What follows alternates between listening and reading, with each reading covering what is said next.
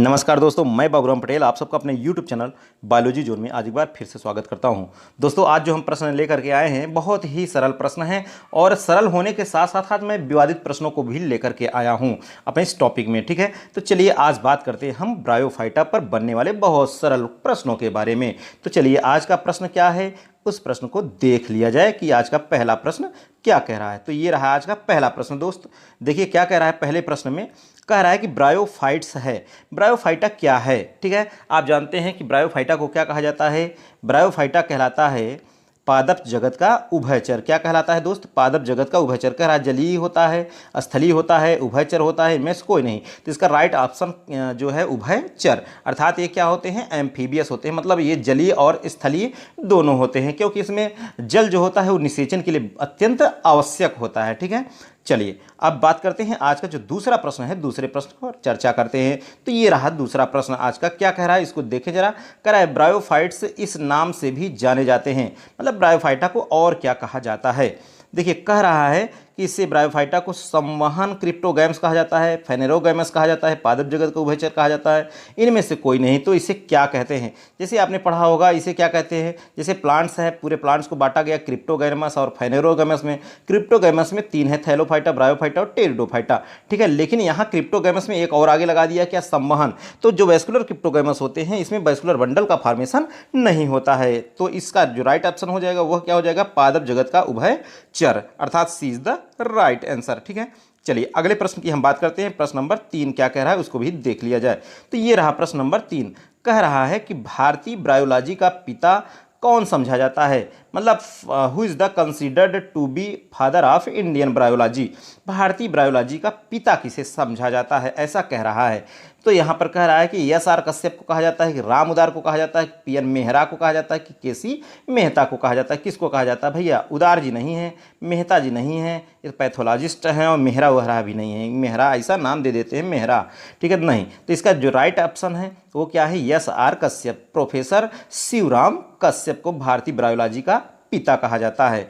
ठीक है, चलिए आज का जो चौथा प्रश्न है दोस्त, अपने चौथे प्रश्न की हम बात करते हैं कि क्या है चौथा प्रश्न। ये रहा चौथा प्रश्न।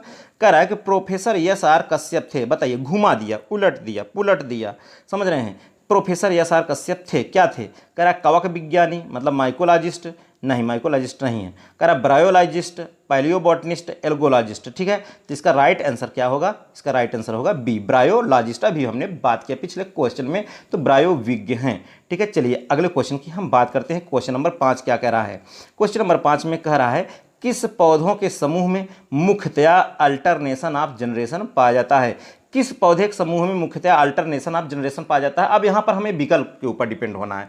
ठीक है, अगर यहाँ भाई एलगी उलगी तो भी है नहीं।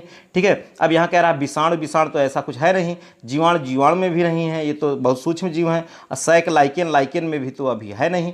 ठीक है, अभी तीनों आपने लेक्चर देख लिया, तो इसका राइट आंसर क्या हो जाएगा? ब्रायोफाइटा, क्योंकि इसमें गैमेटोफाइट, गैमेटोफाइट से स्पोरोफाइट, स्पोरोफाइट से फिर गैमेटोफाइट, गैमेटोफाइट से फिर स्पोरोफाइट। तो इस तरीके से इसमें क्या होता है? पीढ़ी एकांतरण पाया जाता है, अल्टरनेशन ऑफ जनरेशन। तो इसका राइट आंसर क्या हो जाएगा? D is the right answer. चलिए आज का क्वेश्चन नंबर 6 क्या कर रहा है उसको भी देख लिया जाए। क्वेश्चन नंबर 6 देखिए। क्वेश्चन नंबर 6 देखने से पहले हम आपको बता दें, आप लोगों को अपने मनोबल को गिराना नहीं है दोस्त। ठीक है, क्योंकि परीक्षा देख रहे हैं आप, फिर से डेट निर्धारित हो चुकी है, आपको अपना टारगेट बना लेना है। ठीक है, तो हम कहना चाहेंगे देखिए, आप किसी से विचलित नहीं होइएगा। कोई अगर आपको भ्रम में डाले, ओवर कॉन्फिडेंस में लाए, कह दे, कई लोग तो ऐसे भी हैं कहते हैं इस लेवल का क्वेश्चन आता ही नहीं, बहुत सरल लेवल है। तो भाई हम कहते हैं कि आपका सरल लेवल है तो अपना लेवल और मजबूत करिए। ठीक है, हम तो दिखा रहे हैं आपको, आज इसमें हम आपको बता दें कन्फ्यूजन वाले प्रश्न हैं, और यह परीक्षा एक एक प्रश्न को बहुत मायने रखती है। एक एक प्रश्न भी अगर गड़बड़ होने पाया तो पूरा गड़बड़ हो जाएगा। ठीक है, तो हम कहना चाहेंगे कि इंसान की अच्छाई पर सब खामोश रहते हैं। भाई इंसान की अच्छाई पर सब खामोश रहते हैं, लेकिन चर्चा अगर उसकी बुराई पर हो तो गूंगे भी बोल पड़ते हैं। जी हाँ, गूंगे भी बोल पड़ते हैं। ठीक है, आपने सुना होगा, लेकिन आपको हतोत्साहित नहीं होना है, क्योंकि कहा गया है कि संघर्ष के मार्ग पर जो वीर चलता है, संघर्ष के मार्ग पर जो वीर चलता है वो ही इस संसार को बदलता है। जिसने अंधकार, मुसीबत और खुद से जंग जीती, जिसने अंधकार, मुसीबत और खुद से जंग जीती, सूर्य बनकर वही निकलता है। मेरे दोस्त देखिए, 6 नंबर का क्वेश्चन क्या कर रहा है इसको भी देख लिया जाए। कह रहा है रिक्सिया और मार्केंसिया पौधे किस समूह में आते हैं? रिक्सिया, मार्केंसिया पौधे किस समूह में आते हैं, ऐसा कह रहा है। तो देखिए कह रहा है ब्रायोफाइटा। अब क्या कहना, ब्रायोफाइटा ही तो है, ब्रायोफाइटा में ही रिक्सिया, मार्केंसिया, एंथोसिरास, पैलिया, स्फैगनम, ठीक है, फ्यूनेरिया, इन सभी को देखना है तो ये रिक्सिया, मार्केंसिया किस पौधे के समूह के अंतर्गत आते हैं, bryophyta is the right answer. ठीक है, चलिए क्वेश्चन नंबर 7 को देख लिया जाए। क्वेश्चन नंबर 7 क्या कह रहा है, ये रहा क्वेश्चन नंबर 7, कह रहा है कि thallus is differentiated into upper photosynthetic region, मतलब कह रहा है थैलस जो होता है वो अपर फोटोसिंथेटिक रीजन में और लोअर स्टोरेज रीजन में बटा होता है। किस में बटा होता है, कह रहा है रिक्सिया में कि मार्केंसिया में कि एंथोसिरास में, किस में बटा होता है, तो मैं आपको बता दें किस में बटा होता है। इसमें थैलस जो होता है, देखिए कह रहा है रिक्सिया, मार्केंसिया, तो इसमें जो मार्केंसिया है तो ये तो एग्जैक्ट है, कौन सा, मार्केंसिया, और इसके साथ साथ हम आपको बता दें रिक्सिया भी इसका राइट आंसर है। तो इसका जो राइट आंसर हो जाएगा 7 नंबर का, इसका राइट आंसर हो जाएगा ए नंबर। ए नंबर का मतलब 1 और 2 दोनों, 1 और 2 दोनों, ए इज द राइट आंसर। ठीक है, चलिए क्वेश्चन नंबर 8 की बात करते हैं। क्वेश्चन नंबर 8 क्या कह रहा है, अगर आप इसके आपके हिसाब से इस प्रश्न का उत्तर दूसरा कुछ होता है तो कमेंट बॉक्स में आप कमेंट करके जरूर बताइएगा। चलिए क्वेश्चन नंबर 8 क्या कह रहा है, इसको भी देख लिया जाए। कह रहा है क्वेश्चन नंबर 8 में कह रहा है कि विशालतम ब्रायोफाइटा है, मतलब विशालतम ब्रायोफाइटा कौन है, ऐसा कह रहा है। कह रहा है रिक्सिया है और डाउजोनिया है कि एंथोसिरास है कि मार्केंसिया।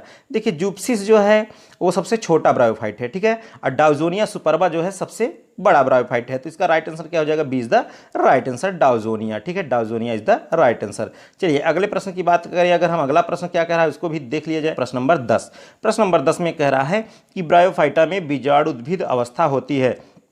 देखिए इसमें हमने बताया, इसमें युग्मकोद्भिद अवस्था अर्थात गैमेटोफाइट और बीजाणुद्भिद अर्थात स्पोरोफाइट, 2 स्टेज होती है, मतलब गैमेटोफाइट से स्पोरोफाइट, स्पोरोफाइट से गैमेटोफाइट, और यही क्या कहलाता है, अल्टरनेशन ऑफ जनरेशन। तो जो ब्रायोफाइटा में जो गैमेटोफाइट होता है वो तयन होता है, जो स्पोरोफाइट होता है वो कैसा होता है, 2n होता है, और सदैव होता है 2n। ठीक है, तो इसका जो राइट आंसर हो जाएगा B is the right answer, हमेशा डिप्लॉयड अर्थात ऑलवेज डिप्लॉयड होता है। ठीक है, चलिए क्वेश्चन अगला क्या कह रहा है उसको भी देख लेते हैं कि अगला क्या कह रहा है, उसको भी देखते हैं। तो क्वेश्चन नंबर देखिए, क्वेश्चन नंबर 11 कह रहा है, कह रहा सर्वाधिक हरासित उग्मकोद्भिद अवस्था दिखाई देती है। लेकिन इसको देखने से पहले हम आपको कहना चाहेंगे भाई आप निराश नहीं होइएगा, हमेशा अपने जज्बात को इसी तरह से बनाए रखिएगा, क्योंकि कहते हैं कुछ लोग कि क्यों सोचते हो कि कुछ भी अच्छा नहीं होता, क्यों सोचते हो कि कुछ भी अच्छा नहीं होता। सच तो यह है कि जैसा चाहो वैसा नहीं होता। कोई आपका साथ दे या ना दे, पर कभी गम न करना, क्योंकि खुद से बड़ा दुनिया में कोई हमसफ़र नहीं होता। खुद से बड़ा दुनिया में कोई हमसफ़र नहीं होता दोस्त। तो खुद पर आप विश्वास करिए, मेहनत करिए, सफलता एक दिन में नहीं लेकिन एक दिन जरूर मिलेगी, और अभी ही मिलेगी। ठीक है, चलिए कह रहा है सर्वाधिक ह्रासित युग्मकोद्भिद अवस्था दिखाई देती है, highly degenerated gametophytic stage is seen, मतलब सबसे ज़्यादा डिजेनरेट मतलब बहुत कम, न के बराबर किस में होती है, गैमेटोफाइट। तो देखिए मुख्य पौधा जो ब्रायोफाइटा होता है तो पूरा जो है टोटली गैमेटोफाइट ही होता है। हरासित किस में होता है भाई, जैसे जैसे डेवलपमेंट होता है आगे की तरफ चलता है वैसे ये हरासित होता चला जाता है। तो एंजियोस्पर्म तक पहुँचते पहुँचते एकदम हरासित हो जाता है, ठीक है, डिजेनरेट हो जाता है। तो इसका राइट आंसर क्या हो जाएगा, D is the right answer. ठीक है, 11 नंबर का डी इसका सही उत्तर है। अगला क्वेश्चन क्या करा है, अगले प्रश्न की तरफ बढ़ते हैं। 1 दर्जन नंबर वाला क्वेश्चन ये कह रहा है, देखिए 12 नंबर का कह रहा है एपोफाइसिस पाया जाता है। एपोफाइसिस क्या है भाई, ये सीटा और कैप्सूल के बीच की जो स्ट्रक्चर है एपोफाइसिस आपने पढ़ा है। ठीक है, तो कह रहा है कि पाइनस में पाया जाता है कि मॉस में पाया जाता है कि सिलेजिनेला में पाया जाता है कि फर्न में पाया जाता है, किस में पाया जाता है। तो इसका जो राइट आंसर हो जाएगा मॉस फ्यूनेरिया, आप जानते हैं, इसका जो है B is the right answer. ठीक है, B is the right answer. चलिए प्रश्न नंबर 13 की तरफ हम बढ़ते हैं। प्रश्न नंबर 13 क्या कह रहा है, इसको भी देख लिया जाए। भाई हम पूरे विकल्प पर चर्चा नहीं कर रहे हैं, क्योंकि आप भी देखिए थोड़ा सा, अगर आपको पढ़ने हैं सही से तो इसको भी देखते रहिए। देखिए कहा भी गया है कि खुशी के लिए काम करोगे तो खुशी नहीं मिलेगी, लेकिन खुश होकर काम करोगे तो खुशी और सफलता दोनों मिलेगी।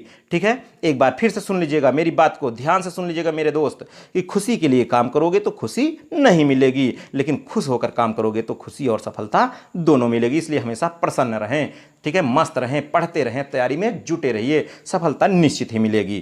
कह रहा है 13 नंबर का क्वेश्चन, कह रहा है ब्रायोफाइट टेरिडोफाइट से भिन्न है। ब्रायोफाइट टेरिडोफाइट से किस हिसाब से भिन्न है, ऐसा कह रहा है।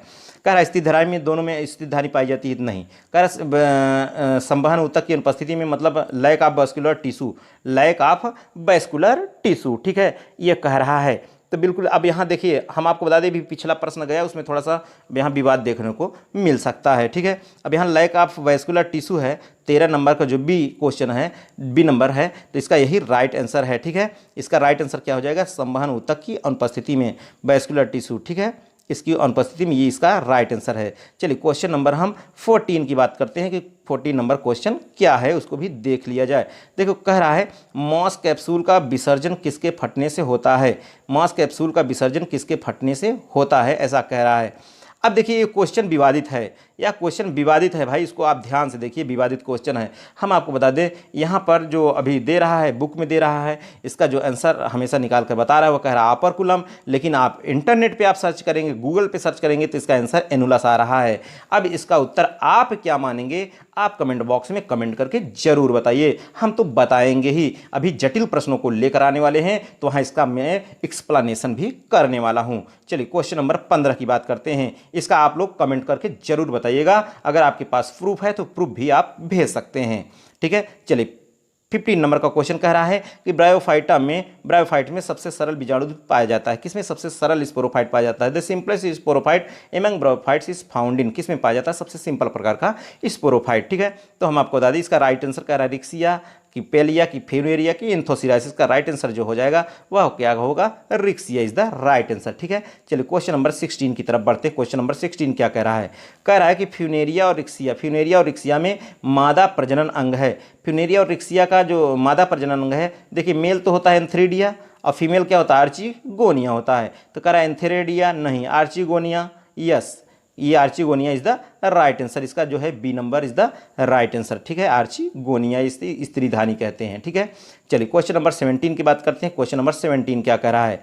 कह रहा है कि किस जाति में सीटा परिपक्वता पर 50 mm तक लंबा एवं लगभग पारदर्शी हो जाता है। यह भी क्वेश्चन विवादित है, ठीक है। क्वेश्चन यह भी विवादित है। हम आपको बता दें कि अगर आप सर्च करेंगे तो इसमें जो उत्तर आपका दे रहा है 17 नंबर का ए दे रहा है बुक में आपका, ठीक है। जो बुक में है ये 17 नंबर का ए दे रहा है, लेकिन अगर आप सर्च करेंगे तो इसका जो राइट आंसर दे रहा है वह दे रहा है पेलिया, ठीक है। क्या दे रहा है दोस्त? इसका दे रहा है पेलिया। तो एक जगह मार्केंसिया, एक जगह पेलिया, और वहीं इंटरनेट पे ही एक जगह पेलिया दे रहा है, एक जगह कुछ नहीं दे रहा है, विवादित दिखा ही रहा है, ठीक है। तो आप किसे मानेंगे कमेंट करके जरूर बताइएगा। हम तो अपने अगले लेक्चर में आपसे बात ही करने वाले, एक हमारा लेक्चर जो होगा केवल विवादित प्रश्नों पर ही होगा, ठीक है। चलिए क्वेश्चन नंबर 18 की बात करते हैं। क्वेश्चन नंबर 18 क्या कह रहा है? कह रहा है इवेंटर इज पार्ट ऑफ, एक वेंटर जो है किसका भाग है, ऐसा कह रहा है। आप जानते हैं कि जब इसका आर्चिगोनिया बनता है तो इसमें क्या होता है? फूट, सीटा, कैप्सूल, ठीक है। सॉरी, इसमें जो है क्या होता है? इसमें नेक और वेंटर दो भाग बट्टे होते हैं। तो नेक में नेक कैनाल सेल होती हैं, वेंटर में वेंटर कैनाल सेल और रिग सेल होती है। तो जो सोलन पार्ट होता है वह कहलाता है वेंटर, किसका? आर्चिगोनियम का। तो 18 का क्या हो जाएगा? 18 का D is the right answer, ठीक है। D is the right answer, इसका सही उत्तर क्या है? डी नंबर, ठीक है। चलिए क्वेश्चन नंबर 19 की बात करते हैं। क्या कह रहा है? 19 नंबर कह रहा है कार्ड मास सामान्य नाम है। कार्ड मास किसे कहा जाता है, ठीक है। कार्ड मास 19 नंबर का कार्ड मास, कॉमन मास और ग्रीन मास, ठीक है। 3 नाम हैं। किसके 3 नाम है भाई? ये नाम है फ्यूनेरिया के। किसके? फ्यूनेरिया। किसका राइट आंसर क्या हो जाएगा? ए इज द राइट आंसर, ठीक है। चलिए क्वेश्चन नंबर 20 की बात करते हैं। क्वेश्चन नंबर 20 कह रहा है कि निम्न में से कौन एक जली जाति है? निम्न में से कौन एक जली जाति है, ऐसा कह रहा है। कह रहा है रिक्सिया जिजेंटिया, रिक्सिया डिस्कलर, रिक्सिया कह रहा है बाई रेडेरी, और कह रहा है अगला रिक्सिया फ्लूइटेंस। तो ये बहुत बार आया क्वेश्चन, इतनी बार आया कि आप बताएं घिस पिट गया है, ठीक है। तो इसका राइट आंसर क्या हो जाएगा? इसका राइट आंसर हो जाएगा D is the right answer, ठीक है। रिक्सिया फ्लूइटेंस, ठीक है। तो हम आपको कहना चाहेंगे एक बार फिर से कि आप लोग अपने हौसले को बिल्कुल कम नहीं करिएगा, क्योंकि कहा गया है जो मुस्कुरा रहा है उसे दर्द ने पाला होगा, जो मुस्कुरा रहा है उसे दर्द ने पाला होगा, जो चल रहा है उसी के पाँव में छाला होगा। बिना संघर्ष के इंसान चमक नहीं सकता, जो जलेगा उसी के ज़िंदगी में उजाला होगा, उसी के ज़िंदगी में उजाला होगा। तो इसलिए दोस्त आप लोग मेहनत पर अपने यकीन करिए, ठीक है। अफवाहों से दूर रहें, ठीक है। चलिए आज के हमारे इस लेक्चर में बस यहीं तक, फिर मिलेंगे नेक्स्ट लेक्चर के साथ। Okay, thank